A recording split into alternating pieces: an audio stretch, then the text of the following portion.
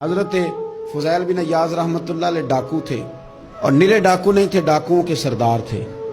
तो इरशाद फरमाते हैं कि मेरा तरीका ये था कि मैं एक पूरे काफिले की सूरत में हमला करता था तो लोग डरा करते थे अगर कि फुज़ैल बिन अय्याज़ के डाकुओं ने हमला किया तो फिर नहीं बचते। एक दिन गुजर रहा था तो एक कारी साहब आयत पढ़ रहे थे, ला तक़नतू मिन रहमतिल्लाह, अल्लाह की रहमत से कभी नाउमीद ना होना, इन्नल्लाह यग़फ़िरुज़्ज़ुनूब जमीआ, बेशक वो सारे ही गुनाह माफ कर देगा। आप फरमाते मेरे दिल में बात असर कर गई, मानना है ना।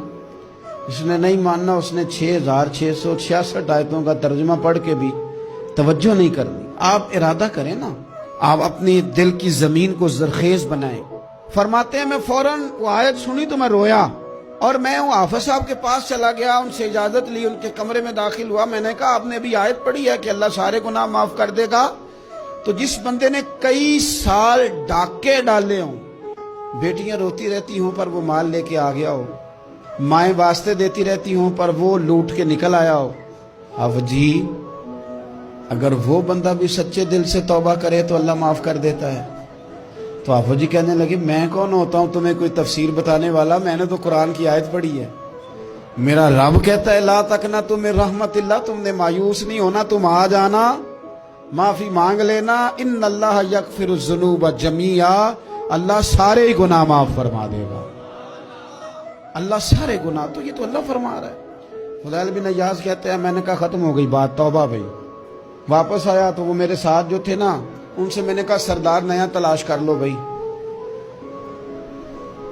अब इरादे बदल गए, प्रोग्राम कुछ और हो गया। अब तो लोग हमें ताने देंगे, अब तो लोग बातें करेंगे कि उथे की लैन जाना है। फुज़ैल बिन अय्याज़ कहने लगे बस भाई तौबा करनी, अब तुम कोई और सरदार तलाश कर लो। और ऊपर ऊपर से नहीं कहा, तौबा की तकरीरें नहीं की, दूसरों को मैसेज नहीं भेजे और लेक्चर नहीं झाड़े, रो के कहा, दर्द से कहा, दिल से कहा। तो वो जो बाकी के थे ना, उन पर सरदार की बात का असर हुआ। कहने लगे सरदार हमने सरदार नया नहीं ढूंढना, अगर चोरियां मिल के की हैं तो अब तो इस तरह तो ना कर, तौबा भी मिल के ही करेंगे, अब अल्लाह अल्लाह भी मिल के ही करेंगे। अब बस तू अगर इधर जाएगा तो हम भी तो जाएंगे ना। अल्लाहु अकबर। फुज़ैल बिन अय्याज़ कहते हैं जाहिर है माल लूटा करते थे। मैंने मसला पूछा उलमा से तो उन्होंने बताया कि ये तो हुकूकुल इबाद का मसला है, जो लूटा है वो तो वापस करना ही पड़ेगा। अब मैंने वो पैसे जमा किए, अब सारे तो मेरे पास थे नहीं, जितने मैं दे सकता था दिए, जो खा चुका था वो रह गए। एक यहूदी के पैसे रह गए, उसके घर चला गया। मैंने जाके उसे कहा मियाँ मैंने कर लिया तौबा, और मैं वो फुज़ैल बिन अय्याज़ डाकू हूँ जिसके तेरे घर से इतना माल लूटा था, मेरे पास पैसे कोई नहीं, वो पैसे लग गए, अब तू इस तरह कर मुझे माफ कर दे। वो कहने लगा ना जनाब, ये भी कभी कभी होता है, लोग ना शराफत को बुज़दिली समझ लेते हैं। फुज़ैल बिन अय्याज़ से कहने लगा मैं तो पैसे लूंगा, ऐसे तो नहीं माफ करता। आप फरमाने लगे पैसे तो कोई नहीं, ये सच्ची तौबा है। वो कहने लगा फिर इस तरह करो, मेरी ऊंटों को चारा डालो, पैसे पूरे हुए तो चलेगा ना। कल डाकू थे, अभी वो तलवार चलानी आती है, नेज़ा चलाना आता है, डटना आता है, आसाब मजबूत है, मसला कोई नहीं, लेकिन तौबा सच्ची की है ना, ये सच्ची तौबा वाले लोगों का तरीका है। उससे कह सकते थे कि जा आज तो लब देनी ले ले, तुझे कहा माफ कर दे, तू तैयार ही नहीं मानने को।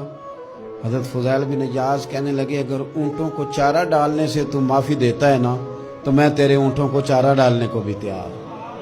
क्यों कि राजी अल्लाह को करना है, अपने ज़मीर से बोझ उतारना है, बंदों के सामने सरखुरू नहीं होना, अल्लाह के हुजूर होना है।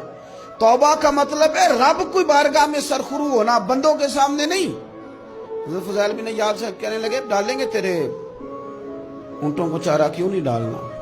2-4 दिन चारा डाला तो वो यहूदी एक दिन कहने लगा कि ये ना ठीकरियों से बड़ी हुई थैली है, ये तो जरा उठा के ला।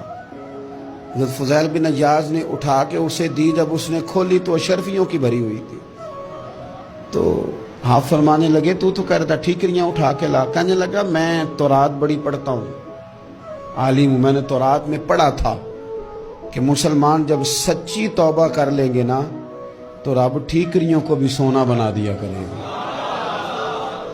پھر یہ مٹی کے ڈھیلے اشرفیاں بنا کریں گے. تو میں نا تیری توبہ چیک کر رہا تھا, یہ اس میں نے روڑے بڑے ہوئے تھے, لیکن تو اٹھا کے لایا, تو تیری توبہ بھی سچی ہے اور تمہارا دین بھی سچا ہے. اب اس طرح کر, معافی اس شرط پہ دوں گا کہ مجھے کلمہ پڑھا تاکہ میں بھی مسلمان.